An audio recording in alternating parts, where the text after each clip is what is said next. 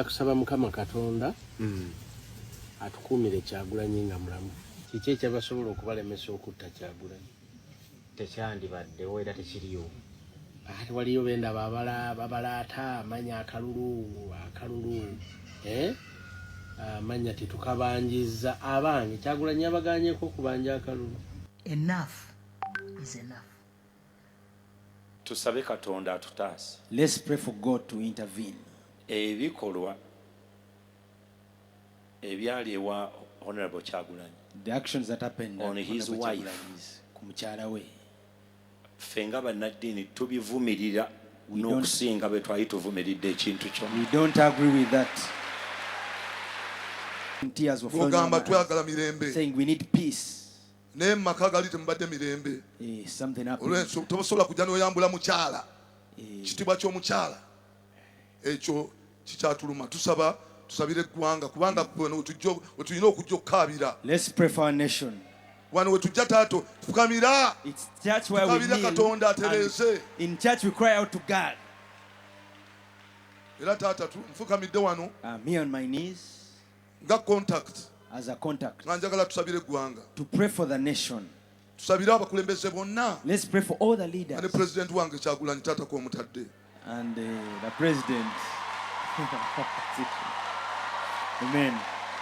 I want to apologize to you, Balimoza, and all your friends who have been mismanaged at one given point. If our officers have misbehaved, I ask God to forgive them. Officers have their commanders, and the top commander is my elder brother, General Moses Kainerugaba. All of you Christians, pray for General Moses Kainerugaba. Let God give him the courage, the braveness, and the wisdom to command the professional force of UPDF, Chief of Defense Forces, to lead with a lot of wisdom, a lot of courage, a lot of faith, and a lot of tolerance, and also forgiveness. We need to forgive some people whenever we should. Ekyennyanja bwe kivunda omutwe tokisuubira kubeera kiramu ne wansi. Bw'ogamba nti nno Mukama awe Generals amagezi, okutegeera, obuvumu, okulwanyisa n'okumalawo abo abasirikale abakola ebikolwa ebivumirira oba ebivumiriza ekitongole ky'amagye, naye nga top commander yafulumya ebifaananyi by'abantu bagamba nti bali mu basement beeyambudde, then oba weerabidde olese ekituufu n'owambagatana n'ebirala ebitalina buzibu. Tuddeyo tujjukire, there is no bad soldier, wabula waliyo ba bad commander. The blame tujijje ku basirikale bano, tujiteeke ku ba commander, because commander kyatalagidde kyatakomandinze ono wansi takisobola kikola, naye nowabeera wavundu kyangu nnyo bano kukola ebikyamu kuba ono tagenda kubanenya. Katujje tutandike. Wabaddewo enteekateeka ey'okwekalakasa ng'eyita ku mutimbagana ku X era nga bagituuma red flower. Enteekateeka eno ebadde ya lunaku lwa leero wabula egudde butaka olw'ensonga nti akulira head of institution mu NUP yabadde agikulira ate akwatiddwa. Ngenda kubeera nga nzija byonna mbikuwe mu ngeri y'emu. Abantu 11 bakwatiddwa mu nteekateeka ki zonna tugenda kujja tube nga tuzikwoleka, so nga ate akalulu ka Nammeere kongedde okulaga ebituli mu bitongole bya gavumenti oluvannyuma lw'okuvaayo okubala ng'akalulu akaasooka akalangirwa Electoral Commission kalaga nti abalonzi baali 60,000 oba obulu bwali emitwalo 6 ate mu kubala okusembyeyo kuno kulaga nti babadde emitwalo 59 kakati ekituufu kye kigenda mu maaso bino byonna tubyogera nga amagye ne poliisi biiriddwa mu bitundu eby'e Masaka okwekengera n'okutya nti oba oliawo bannamasaka bayinza okwekalakaasa byonna ngenda beera nga mbikulaga ebiri sayidi zeeyo mu ngeri emu tugenda kubeera nga tudduka tugende ewa Sam Muyiza agenda kubaako byatugamba mu nnamateeka Brenda Nabukenya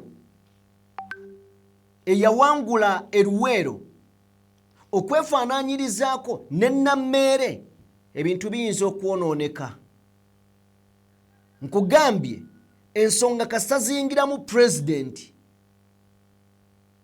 eba nnakumiranga na biwoobe njagala owulirize emboozi eno kino nkikusaba tukyalaba banna NUP bangi nga babajjayo mu bifo bye baawangula enteekateeka eno naye erabika mpya yazze ngenda beera nga njikuwa Pastor Gerard Mukuye tumuyina nnyo mu mboozi y'olunaku olwaleero wabula tugenda tunuulira ekyabadde mu church ewa Robert Kayanja okwongera okwekenneenya biki ebigenda mu maaso abantu bavuddeyo ne banenya Engineer Bali Mwezo era nga bagamba atandise okwekulubeesa n'abakulu ekiyinza omujja ku mulamwa n'ebigenderwa oba oliawo n'ebiruubirirwa byonna mu programu eno tugenda beera nga tubitunuulira kano Kizza Besigye tumulina alina obubaka eri Robert Kyagulanyi Center ne bannayuganda at large Patrick Nsamba Oshabe agamba mulekerawo okubeera nga mugamba abakulembeze nti munnaye kino kibalemeredde Kyagulanyi yabagamba tusituke watali gwe beera Kyagulanyi gwokozeewo ki katukole bwe tuti tujje tutandike video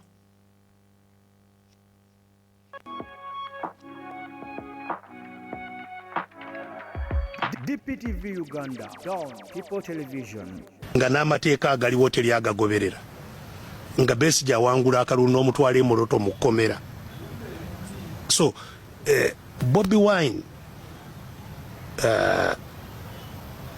mu sajja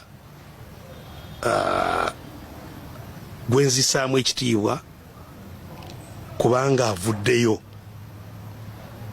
mu batavaayo yakoze eki avuddeyo n'agamba nti ensi yange nange njagala nkole ki ndwane ndabe nti wabaawo ekikyuka kino kye kibadde kibuze nti abantu tebavaayo oluvannyuma nga tebavuddeyo ne bagamba nti bikulemye gwe Besigye gw'ogamba bikulemye tokoze eki tovuddeeyo so Bobi Wine ensobi kyasobola okukola kwe kulowooza nti ajja kgenda mu kalulu bamukubira akalulu kajjewo Museveni Bobi Wine afuuke president kubanga ekyeera ndowooza waliwo abajja kugezaako kukimuteekamu kati olina support olina abantu n'olwekyo genda gwe tutwala gwe abamu baagala just kumufunirako obufo amutambulireko afune bwa kansala afuneyo omusaala akole ki naye ng'ekizibu ky'eggwanga kijja kusigalawo. Simanyi kikyotegedde mu bigambo bya Besigye ne tewaliwo alimbye bw'oba oyagala okutegeera Besigye kyategeeza noonya abaawangudde obabuuze mukozeewo ki ku kutambuza enteekateeka eya Robert Kyagulanyi Ssentamu jazze ng'abagamba ey'okubanja akalulu buli omu akotesa omutwe kitegeeza eyawangudde mu mativu yalinda kulayira afune omusaala atawangudde ye yandibadde n'obusungu gwe babbye naye relaxinze kubanga abamu babagambye tokyakyala katukwokyeyo ebintu obiveeko so Besigye mutuufu n'ababuuzizzaako bannaye musiibyeyo mutya bassebo ne bannyabo buli omu gy'osinziira okubeera nga otugoberera abali mu bitundu by'ensi eby'enjawulo omukutu oli ku DPTV Uganda bannange mwebale nnyo mwebalire ddala okubeera nga mutugoberera okubeera nga mutufollowinga kyemukola kya muwendo njagala bategeeza nti olunaku olwayo olunaku lwa Monday mwezi gwa 2 ennaku z'omwezi ziri 2 njagala kugamba nti omwaka gwo gwatandika dde okutambula bw'oba olina pulaani zitandike toyongerayo nti naabikola mwezi ogujja ojja kumalako omwaka nga tewali kyokoze lekeraawo okwongerayo pulaani zo munzikirize tutandike era ng'enkola yaffe bweri yakusaba vidiyo gimpeere like eyakatwegattako tugamba nti genda maaso n'okubeera ng'osubscribinga era webale nnyo webalire ddala gwagenze maaso n'okubeera nga okikola ku bigambo bya Besigye kwe njagala okwesigamya ebigambo bya Patrick Nsamba Oshabe omu ku babaka ba paalamenti ab'ekibiina ki NUP bempa ekitiibwa nkiddamu bempa ekitiibwa nga Nsamba ne bw'onaagamba nti omututte ku kakiiko akakosase ajja kutuula ayogere ensonga azisimbe very intelligent man very brilliant so nsaba tufune ebigambo bya Patrick Nsamba atutwale mu kanyoola bica akabaddewo yakusaba Mukama Katonda atukuumire Kyagulanyi nga mulamu kubanga toyinza kumunenya kiki ekyabasobola okubalemesa okutta Kyagulanyi tekyandibaddewo era tekiriyo ate waliyo benda babalaata amanya akalulu amanya titukabanjiza abange Kyagulanyi abaganyeko okubanja akalulu kubanga mulinga abagamba nti era Kyagulanyi yalina okuvaayo ajja abanje mulaba stress gyayiseemu mu kulaba tuukako ng'anoonya akalulu talina message gy'ataabagamba talina kyataayogera abange babanga abagamba bane twerwaneko mwe ne muzinga emikono wali abadde ne bagamba kakati ababaka lwaki tebatukunze abange bannayuganda bali obukadde 48 ababaka ba NUP tuli ababaka 5 abange bwe bannayuganda betwogera Kyagulanyi Robert Center mu avana yogera ku nsonga zino ezituluma ezisoboka kati olwalo bw'aba is running for his life nga ne mukyala we baatuuse omutuusaako obulabe bwe mumanyi obulungi nga deputy president we Zina Zadriga tamanyiddwa waali Mushaba owa Western tamanyiddwa waali Muwanga Kivumbi ali mu kkomera abange mumwali mumulowooza Kyagulanyi yali badde luddawo singa yasalawo obutasala magezi Honorable Nsamba is making a point wano nti ababaka 5 aba NUP jako kati abamyuka ba Kyagulanyi Center because obuyinza butambula ne rank nti Kyagulanyi ye mukulembeze wa NUP naye ayina abakulembeze mu regions abakulembeze bano babanga ba coordinator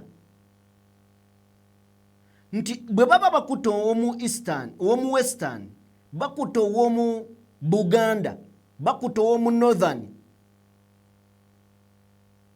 nayo kyagamba ababaka 5 bajje bakutandikire nkujjukiza bannabyabufuzi sibe banunula amawanga ncheddemu oba otegeere bannabyabufuzi sibe banunula amawanga bannansi beenunula kubanga bannabyabufuzi abali mu buyinza basobola omusasula omuwendo gwonna n'alya nakkuta n'abongoota tekitegeeza nti service delivery gwakutuuseeko.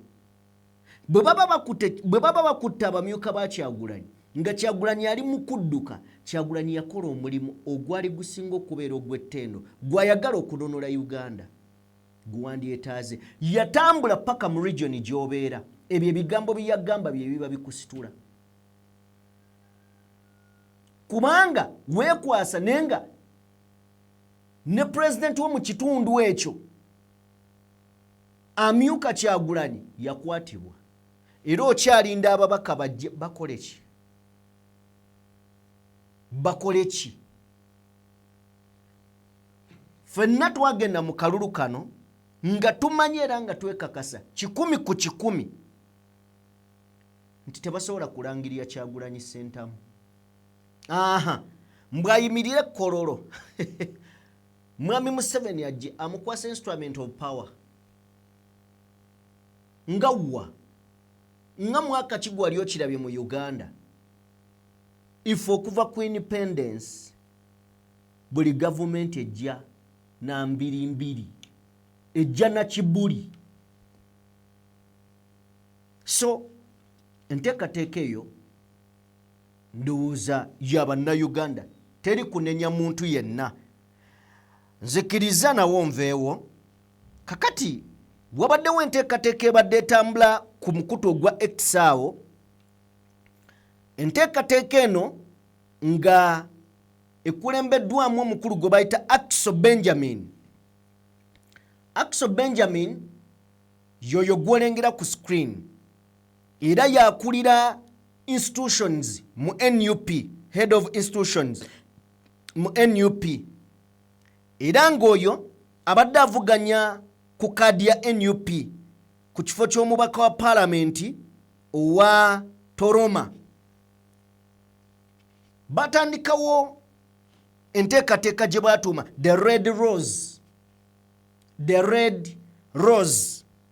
Enteekateeka eno nga yakwekalakasa olunaku olwaleero nga bawakanya obuwanguzi bwa General Museveni, obuwanguzi bwa munnamagye Generali Yoweri Kaguta Museveni, nga bagamba yanyaga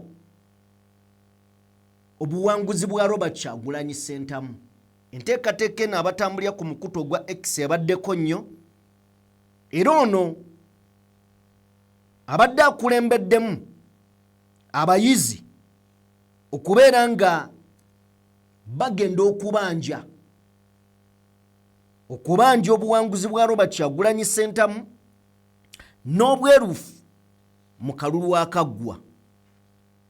Ono abasirikale bamukutte enteekateeka tennabakubaako weetuuka era ne bamutwala nga nennabujo si mufungize. Bamutwalidde mu bbanga mubire flaga y'eggwanga omusirikale katono agiweeke ku mugongo.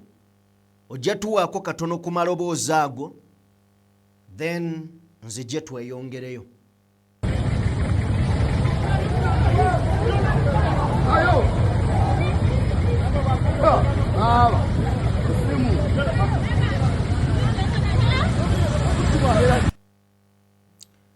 Embeera bweto bwebadde nga Axel Benjamin akwatibwa mu nteekateeka eyo gye nkutegezaako gye baatumye the Red Rose, nga bakutte akamuli wakati mu kubeera nga babanja badimandinga obukulembeze oba obuwanguzi bwa Robert Kyagulanyi Ssentamu. Esaati gy'ayambadde oba t-shirt ogiraba eriko where is Lina Zedriga Mamarina, ani amulina, ali luddawa? So ebibuuzo byonna biri awo. Ab'ebyokwerinda beegaana bannansi be balina okukuuma nti tebamanyi gye bali. It's very unfortunate nti obuuzo w'ebyokwerinda n'akugaa tetumanyi naye nga buvunaanyizibwa bwe. Nzikiriza tuveeyo tugende ewa Pastor Robert Kayanja. Olunaku olwajjo bwabaddeyo okusaba. era wabaddeyo abakulembeze ab'enjawulo ku mitendera egy'enjawulo okuva mu bibiina eby'enjawulo. Eno wabaddeyo bali mwezo twalabye Balamu n'abantu abalala bangi ab'ebitiibwa. Eno bali mwezo yayanjizza ensonga maaso ga Robert Kayanja pastor ez'okulumbibwa kw'amaka ga Bobi Wine. Si kyokka n'okusabira mukama we President we Kyagulanyi Ssentamu. Mu bigambo bya Robert Kayanja yavumiridde. Njagala tukwate mpola emboozi eno. Nenga wekkaanya Robert Kayanja ng'ayogera, njagala otunuulire obuswavu bwa Balamu wali emabega. Nti abantu bakola ebikyamu nga bibaswaza, naye maaso nga tewali kamera tewali ki, bakalira ddala amaaso bakole ebikosa eggwanga n'ensi eno. Njagala tutandike tulabe emboozi eno. Tugende. Yalaba ebyaliwo mu maka ga Honorable Robert Kyagulanyi and especially on his wife. Ebikolwa ebyo tubivumirira nnyo. Amagye gaffe gamanyiddwa ng'ag'empisa wonna gye galaga. Kati abantu abamu ab'olubatu empulunguse nga bwe tukiyita mu Luganda be baagala okuvumisa eggye lya Uganda oba abasirikale ba poliisi aba Uganda. Tulina abantu be tumanyi, abantu balamu abatasobola kukola bintu ebyo. Naye so kakati ebigambo by'omusumba Kayanja bigambo birungi, naye ekizibu ekiriwo nti singa abadde ayogera ku musirikale owa bulijjo eyakola bino, ebigambo bino birungi, naye bwe kibanga oli muwagizi wa President Museveni nga mutabani we ye CDF w'eggwanga, ng'ensi ebadde eyina sayidi bbiri, waliwo abagamba Babi alimba, abalala bagamba kino kyakolebwa. Mutabani wa General Museveni n'avaayo ye kennyini n'afulumya ekifaananyi nga kiraga nti basajja be baaliwo, era n'ekifaananyi ekyafulumizibwa nga tekijjaawo bulimba bwa Babi, wabula nga kikoonamu sitampu nti ddala yali atulugunyizibwa, atuuziddwa wansi, waliwo omusajja alina emmundu ennene okukamala. Kati bw'oba oyogera ku basirikale bano, kirungi n'oggyayo erinnya eryoyo akola ebikolobero, kuba already amanyiddwa. N'omuvumirya nga musajja wa Katonda, n'otagatta mmandwa na mugugu. Bw'odda ku Balamu ali wali emabega, olaba obuswavu ku Balamu. Omuntu omanyi waliwo abantu ba bika bibiri. Waliwo abantu abadduka nga tebagwa kyaki oba mizikiti. Bwe weetoloola abantu abo ebikolobero ebiri emabega waabwe, n'ekirala be bantu abeefuula abawulize era abeewombeese ennyo mu maaso g'abantu. Balamu bw'oba omulaba yenna yeewombeese. Oyinza olowooza ali innocent, naye asinga okuwaga n'okuwaana General Muhoozi, oba kikyamu oba kituufu. Tetulina buzibu na kumuwaana, naye ekituufu kibe kituufu, ekikyamu mugambe ne mukama wange kino nno tekyandibadde kirungi, naye wano yeewombeese. Tongere pastor. Ebikolwa ebyo bibi nnyo naddala ku mukyala maama w'eggwanga. Bwe mutuuka ne mutuuka bemumwambulira ate muba mwambulidde eggwanga lyonna, ate nga temumulina okukuma bannakazadde b'eggwanga. So abakola ekintu ekyo beenenye, Uganda esobole okugenda mu maaso, kubanga si kya buntu. Ezo mpisa zaffe twabiraba ku biseera bya Amin, Obote 2, kati ebintu ebyo si bye by'amagye gaffe. Tulina officers abantu balamu nno, abantu. Owulidde statement eyo, ebikolwa ebyo twabirabanga ku Amin, Obote kakati Mwami Museveni agamba nti mu 6 eyo already yali mu byabufuzi wano. Waliwo abalina endowooza nti bannabyabufuzi abamu ku babaddewokko ba president bandibeera nga Mwami Museveni abaddeko emabega w'okubataataaganya mu bukulembeze bwabwe. Ddayo tunuulire nti twakoma biraba ku Obote na Amin. Naye ebikolwa eby'okukabasanya abakyala byawulikika nnyo ku bayeekera. Tubiwulira nga babyogera. Mbo baakwatanga abakazi, baabarepinganga n'ebiringa ebyo. Bwe biba nga bikomyewo omulembe guno, olowooza guli omulembe tebakikolanga nga tokya otraumatizinga obulamu bw'abantu. Bwe kiba nga ensi tezuulanga yakola kintu ekyo, olowooza bano tebayinza kikozesanga nga okukosa n'okutokyalinga obulamu bw'abantu oba obwongo bw'abantu.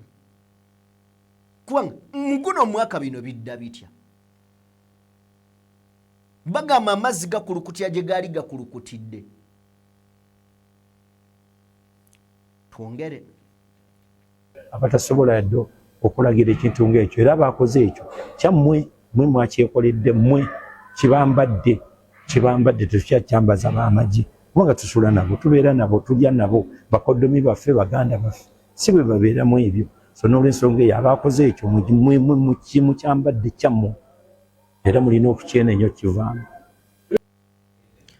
Barugahara Baramu yayina byagamba. Soko tuwe Baramu. Tuwe Baramu Barugahara. Mutwalo wa muzeeyi mukulu we nsaba ne muto wange Kyagulanyi abayogiye kukumye ajje tumutwalo wa muzeeyi atulene mukulu we Jeno Muhoozi wabeera okukanya kubitatambudde bulungi naye wabanga waliwo ekizibu babigonjole nga tuyita mu mateeka kubanga gavumenti yaffe ekkirizibwa mu mateeka. Oyo ye Balamu era bw'atyo bw'agamba twamukuwaddeko nejjo nzikiriza Balamu tumulabeko nga yeetondera banna NUP abaakosebwa ab'amagye oba abasirikale oba ebitongole ebyokwerinda mu ngeri emu oba endala.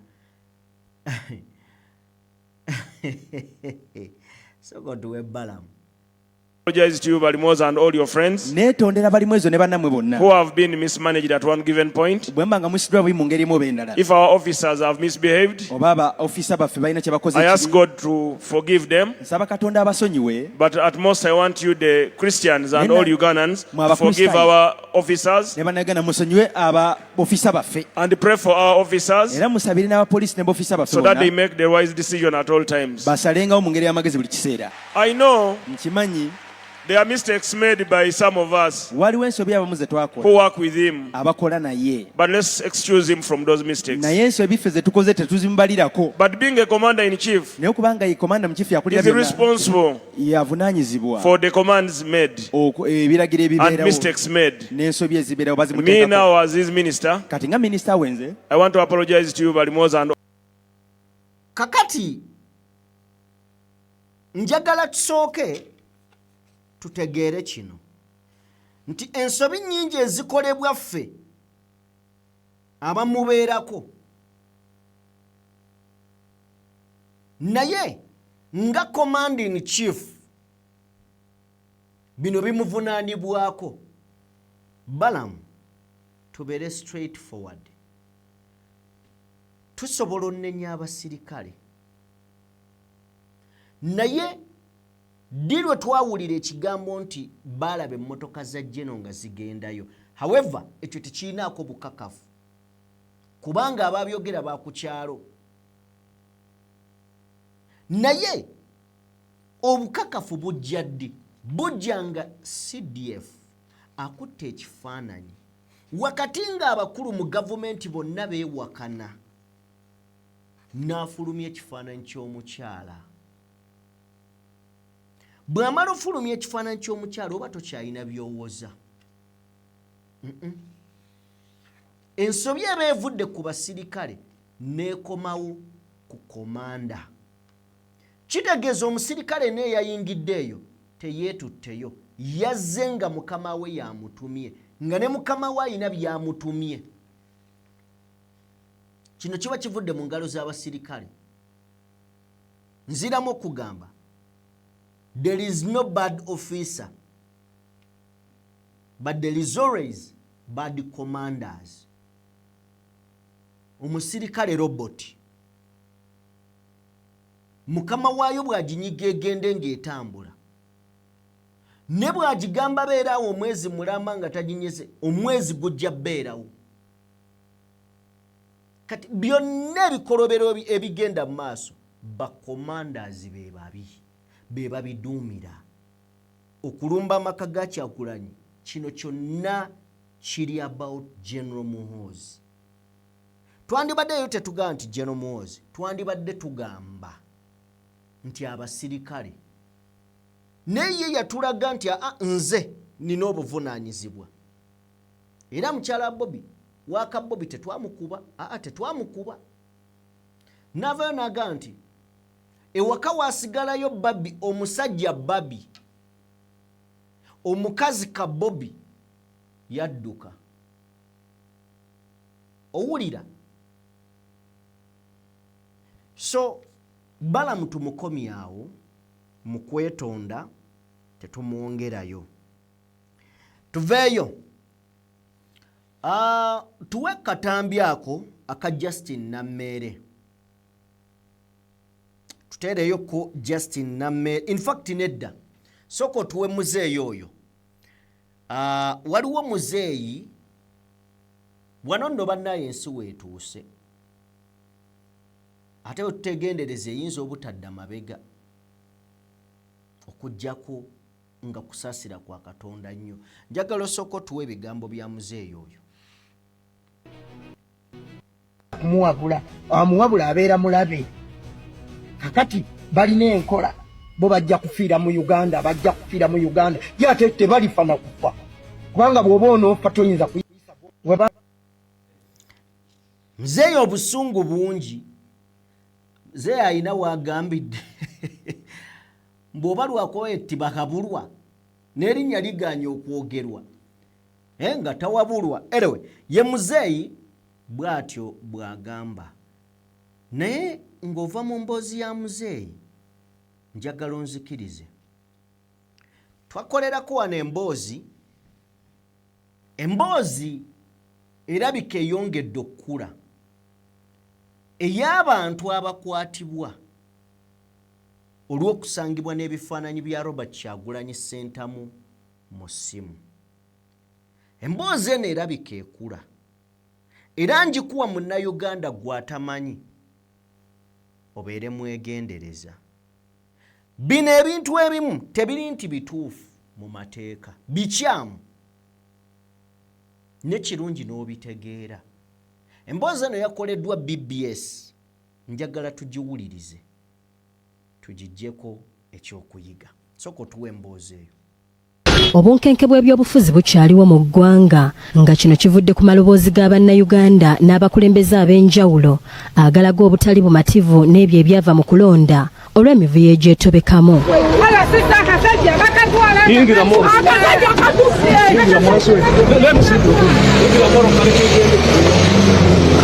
Wetwogerera omu ku baavuganya ku bwa pulezidenti w'eggwanga mu kalulu akaggwa, Robert Kyagulanyi Ssentamu akyaliira ku nsiko ng'agamba obulamu bwe buli mu matigga olw'ab'ebyokwerinda okumunoonya, wadde nga gavumenti ne poliisi bagamba nti waddembe okudda mu maka ge kubanga teri amunoonya. Wabula kino kyongeddewo obunkenke mu ggwanga era nga mu bitundu by'ebibuga ab'ebyokwerinda bakyagumyemu okukuuma obutebenkevu, kyokka ng'abatuuze abamu bagamba nti ab'ebyokwerinda basussizza we balina okukoma era batandise okukaka abantu okubikkula essimu zaabwe nga bwe basangamu ekifaananyi kya Kyagulanyi nga babakwata okusinziira ku muvubuka omu atayagadde kwatuukiriza mannya ge wadde okulaga obwenyi bwe mu kamera zaffe yakwatibwa ng'ava ku mulimu gwe mu bitundu by'e Bulenga n'asibibwa kantuntunu olw'okusangibwa n'ebifaananyi bya NUP mu ssimu ye era n'atulugunyizibwa. Omu n'ansikako essimu omulala n'ankwata ne bansikaasika waliwo emmotoka ya Nuuwa ne bannyingizaamu. Saamanya kiki kye bakuba nawulira ekintu nga bakinkuba ku mutwe oba kyali kikonde sijja kubalimba kuba baali bambise ne nalumizibwa. Anyumya mbu nga bamutadde mu mmotoka ate baamukuba agakonde n'ensambaggere kyokka bwe bakizuula nti talina akakwate k'amaanyi ku kibiina ki National Unity Platform ne bamusuula mu kitoogo. Kati nali nkyegayirira omu n'aŋŋamba totutunuulira mu maaso kwata essimu eno mpola mpola oggyemu password nemba nga abikkulako bwe nti ku face nezijjamu password nenjibawa. Mu kuscrollinga omwami omu nawulira ng'agamba nti ono y'omu ku batujju ba Kyagulanyi. Ono agamba nti okumanya ng'ebikwekweto by'ebyokwerinda bino biri buli wamu. Juzi ye ne banywanyi be babiri bazingibwako akakundi k'abajaasi mu kiro bwe baali bava okusanyukamu akaabasaba okulagandaga mu ntu zaabwe. Nga tuva kudigiddamu nga bwemanya abavubuka.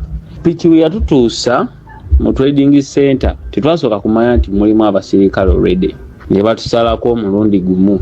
Mbu munnaabwe ataalina ndagamuntu yakigwako bwe yateekebwa ku kabangali olw'okusangibwa n'ebifaananyi bya Nuupu mu ssimu ye. Ng'essimu ye erimu ebifaananyi bya Kyagulanyi ng'ali ku laalizi ez'enjawulo. Olwabiraba ne bagamba naffe abasigadde tujja essimu zaffe ne tuzibalaga, nze saabiinaamu ne Peter nga talina. Kati ffe ne batugamba ono mutujju. Abantu bakolagana nabo batujju era bino ebifaananyi by'alina muno tukyalina ebibuuzo bingi eby'okumubuuza. Mbu ne bwe buli kati bano tebamanyi mayitire ge kubanga ne poliisi ey'oku kitundu yategeeza nga bwe talina mayitire ku kukwatibwa kwe. Bwe twogeddeko ne bannamateeka b'ekibiina ki National Unity Platform okuli George Musisi ne Haruna Nsibuka bavumiridde ebikolwa by'abasirikale okukaka abantu okubikkula essimu zaabwe kye bagamba nti kityoboola eddembe ly'obuntu. Ekisooka tewaliwo tteeka lyonna ligamba nti omuntu bwabeera n'ekifaananyi kino gubeera musango. Nuupu si kibiina kya buyeekera, Nuupu si kibiina kya butujju. Nuupu kibiina ekiri mu ggwanga n'abakulembeze baakyo oba pulezidenti waffe si musango okuba ne mu ssimu, si musango okuba ne mu kifaananyi, si musango okwekubya n'ekifaananyi. Bakola byabufuzi balowooza nti nno balwanyisa Nuupu naye ate ng'ebitongole bikuumaddembe si mulimu gwabwe okulwanyisa ebyobufuzi. Kye balina okukola kukola ekyo ekiri mu mateeka. Kati eryanyi erisukkiridde lisazeewo lirinyirire eddembe ly'obuntu, lisazeewo lirinyirire enfuga egoberera amateeka. So kati ebyo byonna n'ebirala bye tutannalaba bisobola okujja oba oli awo osobola okubigeraageranyako ku mulembe ogutaali mu mateeka ogw'amiini ogwali mu enfuga eya decrees. Newankubadde essimu eba ya bwannannyini nga buli omu waddembe okugikozesa mu ngeri gy'alabyemu, bano beewuunya obukambwe bw'abakuumaddembe bwe bakozesa kyokka nga ne bw'obabuuza ekibatwaza abaana mu makomera tebakirina. Abaana baffe abakwatibwa olw'okuba bamusanze n'essimu kikuleetera ku right of privacy. Omuntu ono alina right ye okukozesa essimu ye nga wayagala. Number 2, right to property, ekintu kyange nirako eddembe ku kintu kyange ate nze nvunaanyizibwa okukikozesa nga wenkola ki wenjagala. Wabula wenkikozesa nga waliwo obumenyi bw'amateeka mbeera summoned. Bangi bakwatiddwa batwalibwa ne mu buduukulu naye ate bagenda okubeerayo nga teri musago gwe baggulako. Tugamba kutulugunya bannayuganda na bitongole bikuumaddembe kumenya mateeka mu ngeri y'ekyeyononere bw'ekyo. Basinzidde wano ne bategeeza nga poliisi bwe yafuuka kyesirikidde ku nsonga zino kubanga naye amagye gagiwambako obuyinza. Kakati abasajja battu okufuuka kyesirikidde kuba tolina kyakukola kubanga ne babeerawo ku checkpoint nga waliwo abapoliisi abapatro nga wona abamagye be babuuza owa poliisi singa wakana ne bayinza n'omugattako kwabwe batwala. So poliisi nayo yennyini emikono gy'emisibe. Kyokka bwe twogeddeko n'omwogezi wa poliisi mu ggwanga ku Lukomo ku nsonga eno, Kituuma Lusoka atutegeezezza nga bwe batannafuna mawulire gakwata ku kuggyako bantu ssimu zaabwe era n'asaba yenna alina obukakafu ku kyo addukire ku poliisi. Nze sikimanyi because I am not aware. You're not aware about it? I'm not. I am in my office, so I can't know what is happening. I don't know whether what he's telling you is true, whether it is not true. So my comment is I am not aware and it is not verified. Okay. Kakati, ekisooka omwogezi w'ekitongole ayogera bimuweereddwa.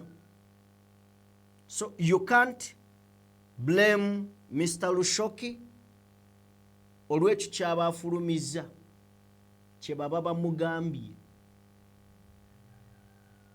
Naye njagala tukkirize nti bino bigenda mu maaso mu ggwanga mu bumenyi bw'amateeka. Ngezaako okubuuza kiki ekituufu abakulu kye bakola mu mateeka. Sikiraba ebyaddala. Kakati ekyo tambula ng'okimanyi nti abasajja essimu bagikwatirako basooka kunoonya ekifaananyi kya Kyagulanyi Ssentamu. Tuveeyo eyo tujje tugende. Njagala osooka ompa akatambi ka returning office ow'eka w'empa oyo bw'oba ng'obadde okafunye. Sooka okampe then tugende.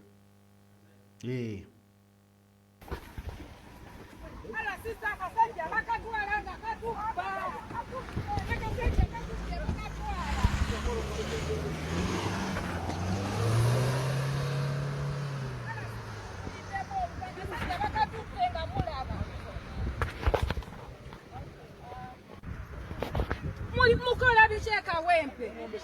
Bannange mukola bichaka sajja ogambye tukakulekere kako bakatudde. Akasajja kalangiride ne by election kabitu.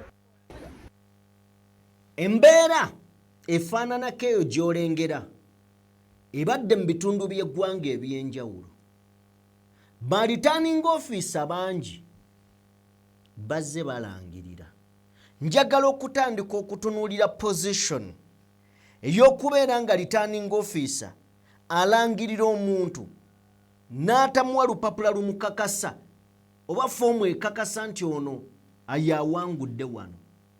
Ne n'avaawo ng'adduka buddusi misinde n'abulawo bubuzi. Ensonga eno mbadde nginoonya nga sigitegeera. Waliwo abantu abamu abasazewo okulangirira abantu mu butuufu. Mu butuufu nenge mabega babadde compromised nga waliwo ababataddeko eno ebiso balangirira ebikyamu. Bino bigenda ogenda bitegeerera musango gwa Nammeere. Sooka ompa akatambi ka Nammeere awo then nzije nkubuulire ebiriwo. Akatambi ka Nammeere akasooka ako nga bajaguza.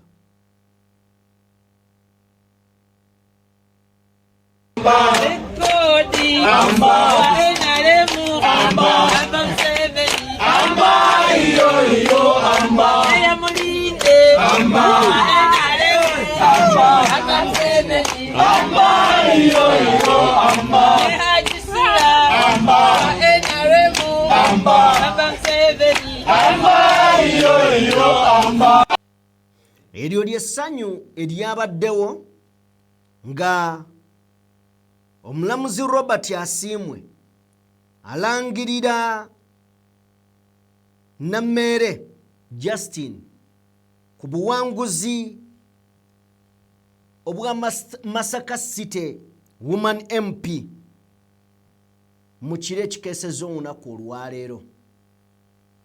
Bingi byapeninze mu musango guno. Bingi ebyewuunyisa ebiri mu musango guno.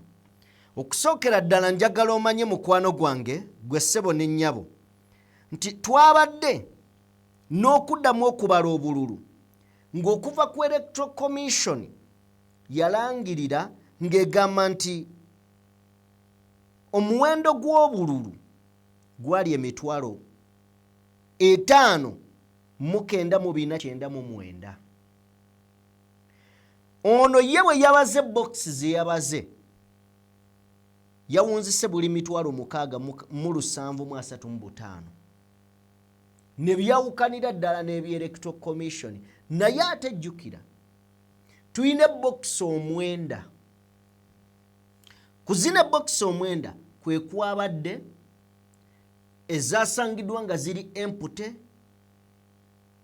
ekibuuzo kye nagambye jjo weebuuze awo ezo we zaagenda abalonzi tewajja yadde n'omu wadde WNUP wadde WNRM wadde wa DF n'ebibiina ebirala kiteeke ebbali ebokisi ezasangibwa nga tekuli seal kwe kuli n'ezo ebbiri ezasangiddwa mu bululunga bwa NRM bwokka n'ezabadde empty ebyo nabyo nenjagala obiteeke ebbali omukulu ono ng'alangirira yakoze omulimu gw'electoral commission bazzeemu okubala akalulu kuviira ddala electoral commission kye yakola bwe yabadde alangirya Nammere yakoze nga presiding officer oba returning officer n'abala okuva ku yasoose paka ku yasemba oba eyasemba paka ku yasooka recount eyali ey'abantu aba babiri ebintu ebyabadde mu musango guno bw'otuula wansi okutandika obyekkaanya njagala omanyi kano kagenda kubeera kagenderere nkiddamu kano kagenda beera kagenderere Mwami Museveni yagoba returning office ow'e Masaka nga bakiraiminga mbu yalangiriranga ba NUP Mwami Museveni si electoral commission ye yamugoba Mwami Museveni ye yakola ki ye yamugoba Mwami Museveni alonda byabakama n'alonda baana akola nabo ne Mwami Museveni yagoba ne byabakama be yalonda ekyaddiridde kwe kuddamu okuyita recount eno erabikira ddala nga yabaddemu ebintu ebitali bya bulijjo ne bawunzika ng'obuwanguzi babukutte babuwadde Nammere ffenna tubadde tukisuubira obbuwa Nammere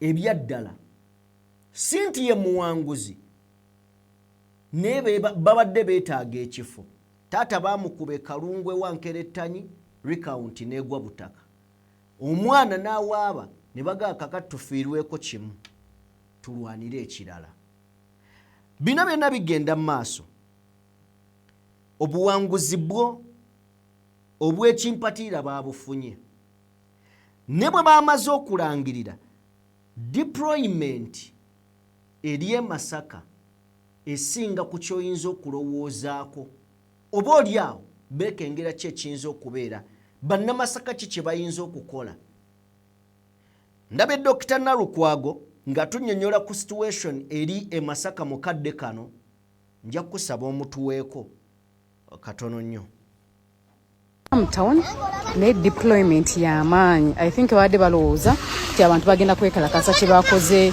ne babba akaluka woman MP ne bajjawo wa NUP ne bateekawo Nammere that deployment bakoze y'amaanyi actually kuba sisobola kulaga mundu mu TikTok bajja closing account yange n'ebimotoka by'amagye biri buli almost every corner bakoze deployment y'amaanyi ndowooza babadde batidde nti abantu bagenda kwekalakasa nze kisinga okunneewuunyisa bakimanyi nti akalulu babbye kabbi kyovola bakoze deployment kati lwaki mubba akalulu lwaki temukawangula genuine abantu b'e Masaka si bakuzanyiraako ye Dr. Nalukwago ng'akuwa ku mbeera eri e Masaka mu kadde kano deployment y'amaanyi tubadde n'obululu okuva ku ka ba president okutuuka ku buno bwonna bwe tulonda ne bw'obeera ng'omuntu ofuna obuwanguzi bw'oyita obuwanguzi n'olemwa n'okujaganya kakati bino byonna bigenda mu maaso njagala just tutunuulire ensobi eziri mu musango guno tetunnaba kuguvaako Nammere yayogedde njagala owulirize Nammere then nzije and Electoral Commission is also now a new precedent. The same way people have been singing Kramwako Ngoma Njine versus Byanyima, now you have a new case that is up to date, that is in line with the updated politics, to this day politics. This business of singing Ngoma Njine, which had 50 boxes, that case had 50 polling stations, and about 10 boxes were broken. But Namire's case had 314 polling stations and only 1 box was broken. So let's grow with the growing and the changing world. Jurisprudence is about buli wawulira omuntu nga amateeka atandise okugaweta manya yabadde mukyamu ne nayagala gaba yeeyambisa okumutuusa we galaga. Akujjiddeyo omusango gwa Ngoma Njine ne Byanyima katuddeyo. Abalamuzi basala batya emisango? Siri mulamuzi era sisomangako mateeka naye mbaddeko mu kkooti. Basala omusango okusinziira ku gyayita oba egize gibeerawo era balifaaringa okusinziira ku keesi eno eya gundi eyaliwo ennaku z'omwezi bweziti omwezi bweguti omwaka bweguti yakwatibwa bweti era ruling ndebeera bweti. Kati eyo gyayogerako eya Byanyima ne Ngoma Njine oba Njimu, ono yawandiika Njimu, omusango gwa 2001 nga tuva mu kulondo kwa 2001 nga 17 July. Omusango guno gwennyini nga bwolaba ogwa Nammeere gwagenda maaso n'okubeera nga gusalibwa era ko babadde basinziira okubeera nga batambuliza omusango guno. Omusango guno gwawangulwa Winnie era bwato n'agenda bwato n'okuba nga yezza entebe ye oba ekifo kye. Nammeere akugambye tulina okukomya ebyo ebya Winnie Byanyima ne Ngoma Njine birina okukoma. Kakati tulina politics ono waleero. Kitegeeza omusango guvudde ku biki ebirina okutunuulirwa nga bagusala ne bagamba katusetinge our new presidents. Nti yakugambye biri bikadde deka tuteekewo ekipya. Kati agenda okuddamu okufuna embeera eno agenda kaluubirirwa ku balooya. Looya omu agenda kuba ajuliza guno ogwa Byanyima. Looya omulala agenda ajuliza ogwa Nammeere ng'ogwa Byanyima agamba bagusala bwe guti n'ogwa Nammeere bagusala bwe guti.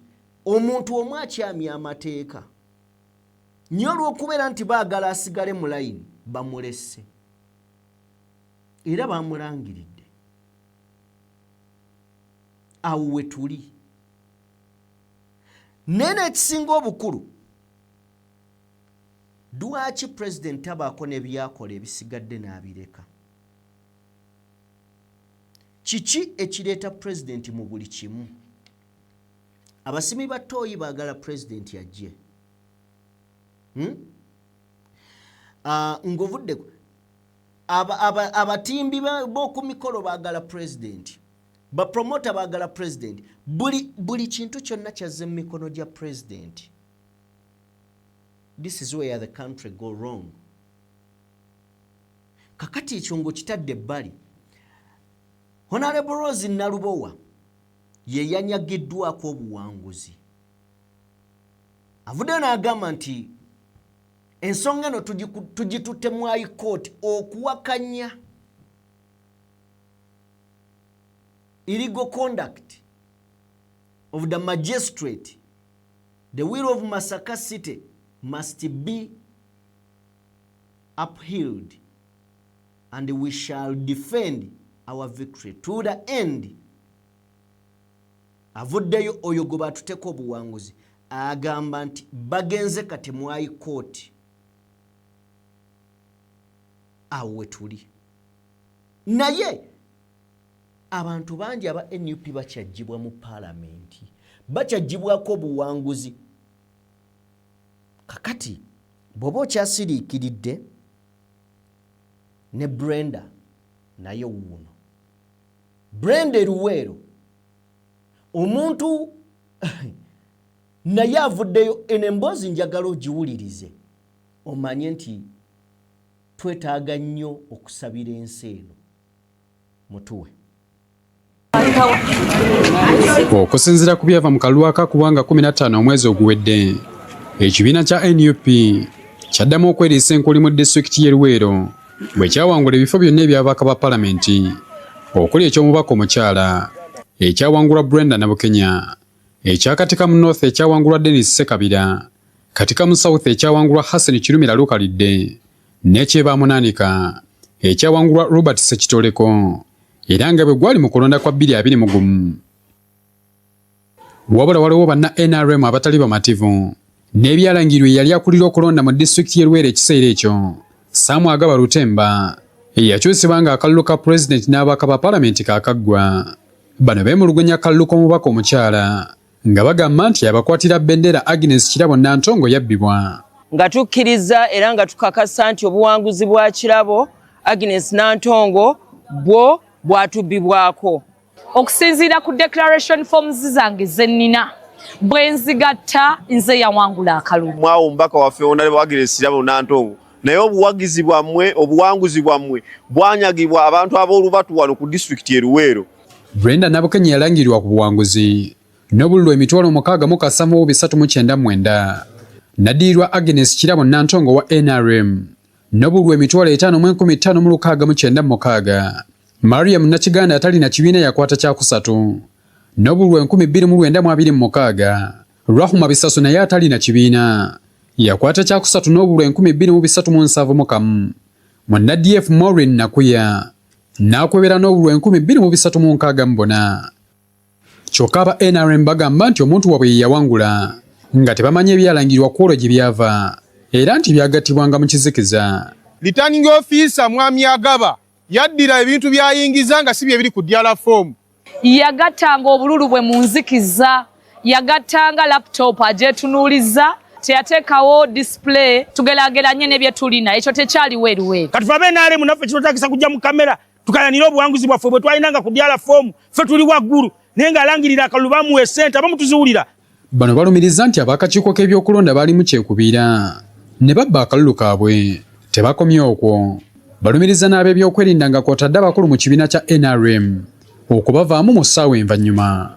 Ab'ebyokulondesa aba disitulikiti y'e Luweero baali mu kyekubira. Bwennyini obululu baayuzanga bungi nga babuwa aba NUP nga ne bwekubira omulanga teriyo buyambi bwonna. No nali ku district center nga tewali wadde n'omuntu yenna nti oba wa NRM ng'obukulembeze nga tewali muntu afaayo ku bululu. Abasirikale bonna wano Luweero tebali ku gavumenti, baawa badda batukola bye baagala. Neneekubirako enduulu nengenda nenjogerako n'aba security si banaye ba displaying results ne bangamba genda oyogere n'abugatta obululu. Kwegamba nembeeraawo nga mulekwa naye nga yenza ali mu kibiina ekiri mu bukulembeze. Kati basaba omukulembeze w'eggwanga Yoweri Museveni okuyingira mu nsonga eno nti basobole okufuna obwenkanya. E Luweero president komawo akalulu kano bakaddemu bwe tabanga tikaddibwamu batuwe obuwanguzi bwaffe. Kubanga eno gavumenti gye tutambuliramu ya bwenkanya nkakasa bwe tunaatambulira ku ludda olw'amateeka tujja kusobola okuzza obuwanguzi bwa bannaluweero. Abantu emitwalo 13,287. Bwe kibanga kutambulira ku nkola ey'amateeka lwaki muyita pulezidenti? Mugende mu mateeka pulezidenti ave mu bintu bino. Owulira omuntu akugamba nti abasirikale beeno tebali mu kuwagira gavumenti, bakola bye baagala. twesabire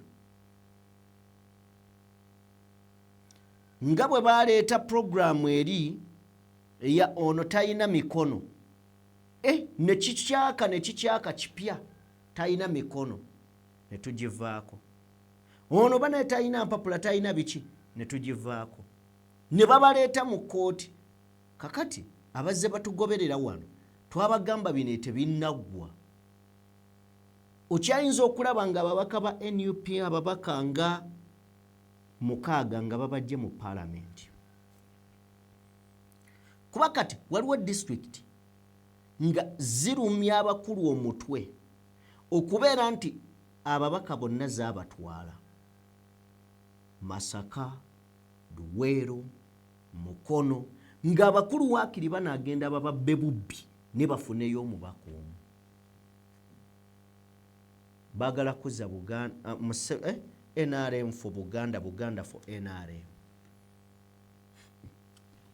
Katuveeyo abantu 11 bakwatiddwa emukono eyo ensonga ebakwasizza gye njagala okubeera nga ate nayo nkutegeeza olunaku olwajjo nga lumu ebitongole ebyegattira awamu ebyebyokwerinda bano bagenze maaso mu district ye Mukono Central Division Mukono District ne bakwata abantu 11 nga wobalengerawo 11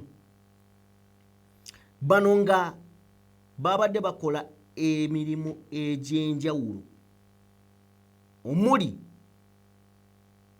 ku okukusa ebiragalalagala obubbi okozesa ebiragalalagala obubbi okugamba obulumbaganyi obubbi bano mukadde kano bali mikono gya poliisi nga bw'obalengeraawo bali mikono gya poliisi poliisi egamba ti bano babadde batigomya ebitundu bya Mukono n'okwetoolola ebweru wa Mukono era bali kabinja kabayita crime black sport kana kabinja nga sebo ebimu ku by'obugagga bibaba kutte nabyo bye bibadde wali ebyo emisokoto eyo bagiyita batya Mogani togimanyi badde nze kusuulamu baziyita batya abali eyo gye bateeka mu bupapula bwe batya egyo egimaze okukolebwako so bakwatiddwa n'embisi enkalu entegeko olwedde gye bayita ekibanga kyonna kyekiri yeeyo so bakwatiddwa era bali mabega wa mitayimbwa gya poliisi mu ngeri emu njagala tusembyewo obubaka bwa Pastor Gerard Mukuye. Gerard Mukuye ojja kwebuuza ajja nnyo mu mboozi zaffe ennaku zino asaanidde olw'ebigambo byayogera asaanidde okubeera nga ddala abeeramu soko mutwe. I know mulimu abanafu abalina okufalasitiya bajja gamba lwaki tofa ku njiri eno njiri kubanga bwe baba tebaagala twogere ku byabufuzi bagambe nti mutudde ku bya ddiini balekerawo okulayira nga bakutte bayibuli tebadda ne mu kyaki kati anti bwe baba bakudda mu kyaki bakkirize tubawabule kubanga nabo tebali permanent wanudde mwe mujja kuba yabbo naye sikuleega bannange ebintu byakwereeka bannange eggwanga teritambula pulezidenti aba yakayitawo babasibaabuzayo mayiro 10 nemweyimirira mu abakola tezagenda okukozesa aba yakamala okuyitawo omuvubuka we nga naye ayina gyava aba yakamala okuyitawo waliwo minisita Sule wa Kisonga naye ajja ne mubeerawo ennaku neeruma mmwe bannanga okubonaabona kuli mu kawanga kano obula okutambula n'ogenda bugenzi otyo nga tolina gy'olaga waliwo omuntu gwe yatambula nga tamanyi gy'alaga ng'agenda nga musibye mukyano basebo ndagawa ennaku ewulira ennaku ku mutima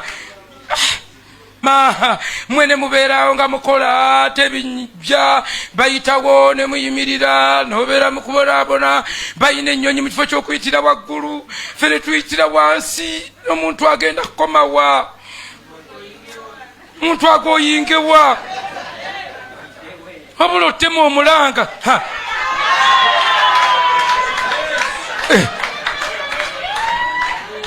sijja sooka zikozesa sizikuddiza mutoga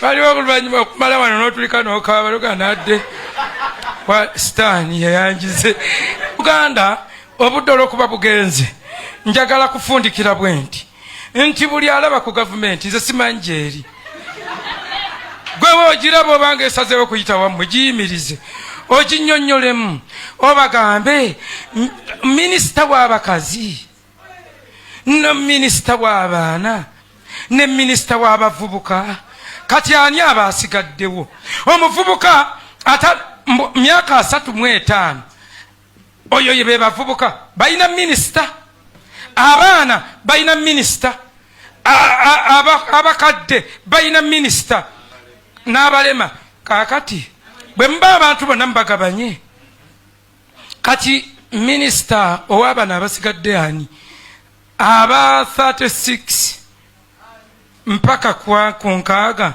baba abatalina minisita bwani abaweereza lwaki temuleka kubanga bano bwe baba balina baminisita baabwe mp waabwe agenda kukola ki chairman 5 agenda kukola ki simanyi baani bakaawo baani abagabana awo district konna konna ne bakagabana ne bakateekateeka eri bemuweereza mu basinga obungi omuntu eyayiiya omusolo yali aguleese ng'ayagala kujja ba sente ku bagagga ziyambe abaavu ne zimaliriza ng'ate zizze ku baavu teyamanya bwe kigenda kuba kubanga abagagga babajjako ne bagamba buli mugagga obugagga bubasusse nga bamaze okubajjako obusente obulala ne bagamba muweeyo buli omu $80 ziyambeko tulabirire abaavu abagagga ne batula mu lukiiko ne bagamba tuggale companies omugagga omu Kanagi n'ayimuka n'agamba tetuggala companies be wise tye $40 gidizolvingire ku bintu bano bye bagula bw'aba badde agula ekibiriti kya 10 kibeere kya 15 mwe temukutuka gavumenti buli wene bateekako misolo nga mugiteeka ku bali ba final consumers abagagga ne basanyuka teri musuubuza wa musolo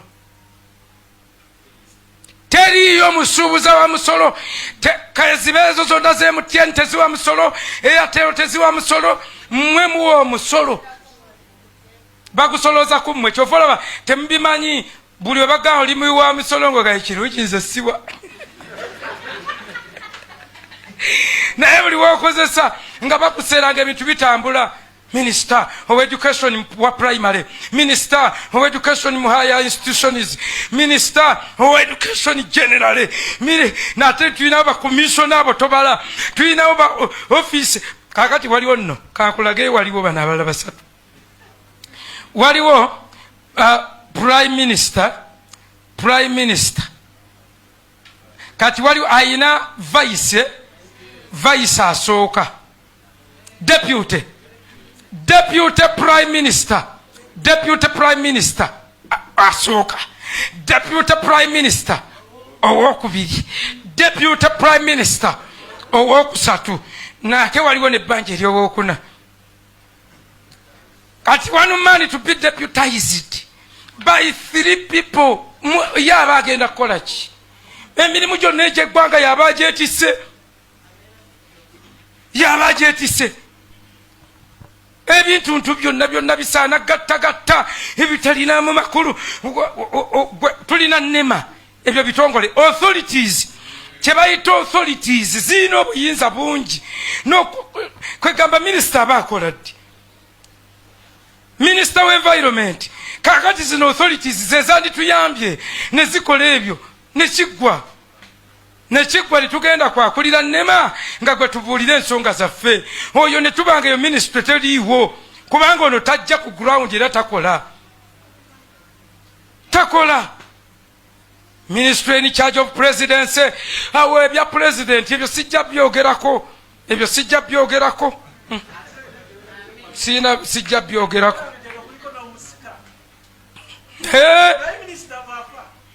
waliwo amuddirira